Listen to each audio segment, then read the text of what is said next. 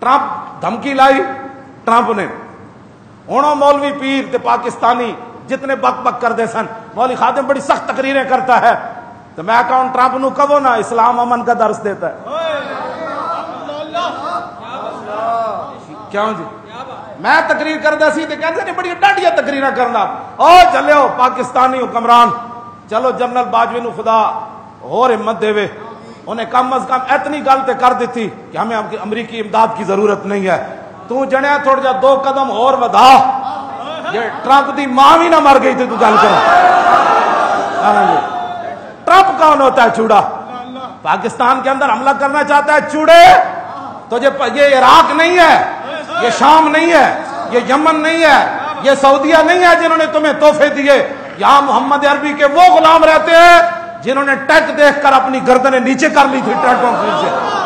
یہاں محمد عربی کے وہ غلام رہتے ہیں جو پھندے کو دیکھ کر بھی مسکرا پڑتے ہیں ہاں تمہیں پتہ ہی تو ویسے لگے تے چڑیاں ماردا رہا ہاں تو لگے تے چڑیاں ماردا رہا اے پاکستان سائیاں والا ہے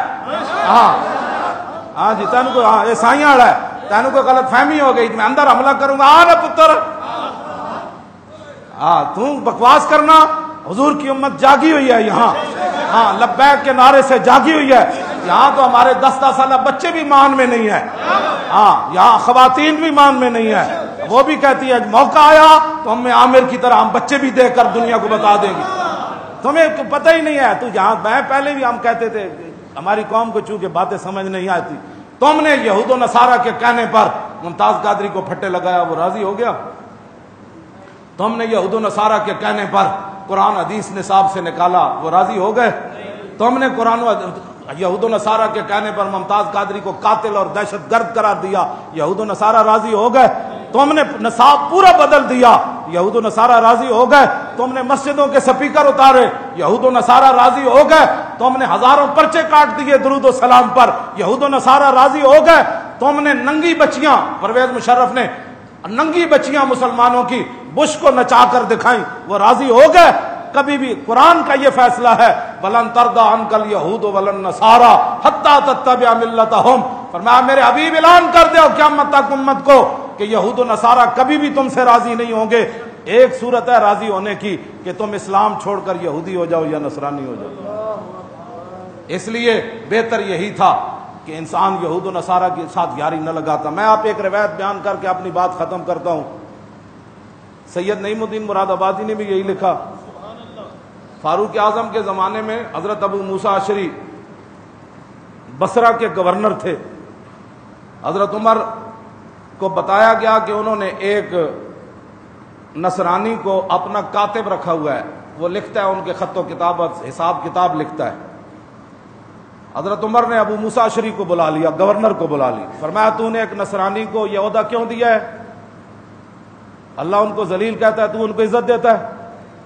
اللہ کہتا ہے ان کو دور رکھو تم ان کو قریب کرتا ہے ابو موسیٰ اشعری کہنے لگے کہ اس کے بغیر میرا گزارا نہیں سنیں ذرا بات اسلام یہ ہے ابو موسیٰ اشعری کہنے لگے کہ اس کے بغیر میرے سلطنت نظام نہیں چل سکتا یہ بڑا قابل ہے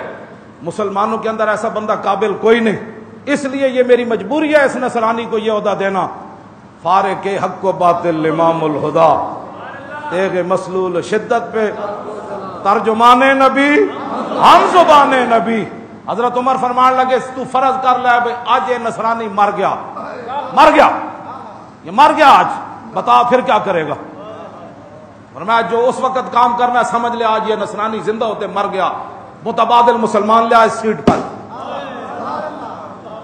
جب بات یہ ہو نا تو پھر اسلام اپنی آب و تاب کے ساتھ کس طرح کے دروازے کھڑکا دیتا ہے جب یہود و نصارہ کو تم پروٹوکول دو گے اور ان کو بڑے بڑے عہدوں پر بٹھا کر وہ بھی 295 پر بات کرے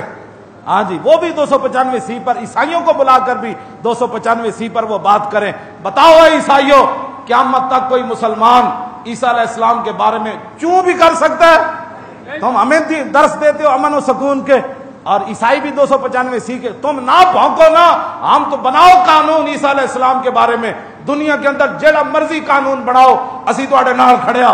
ساڈے دل وچ کوڑ کوئی نہیں نا اساں کوئی جناب عیسیٰ دے بارے گل کرنی ਨਾ ਇੰਜ ਨਹੀਂ ਨਾ ਹੋਣਾ। ਤੁਹਾਡੇ ਦਿਲਾਂ ਵਿੱਚ ਕੋੜ ਹੈ ਗੁਸਤਾਖੀ ਰਸੂਲ ਦਾ ਤੇ ਤਾਂ ਤੁਸੀਂ ਬਕ ਬਕ ਕਰਦੇ ਹੋ। ਜੇ ਤੇ ਦਿਲ ਵਿੱਚ ਕੋੜ ਨਾ ਹੋਵੇ ਉਹਨੂੰ ਕਹੇ ਜਿਹਦੇ ਨਾਲ ਵੱਡਾ ਬਣਾ ਦਿਓ, ਸਾਨੂੰ کوئی پریشانی। اس واسطے اسلام اپنا ہر چیز علیحدہ رکھتا ہے۔ ہاں جو یہود و نصارہ کا یار ہے ہن بھی باز آ جاؤ۔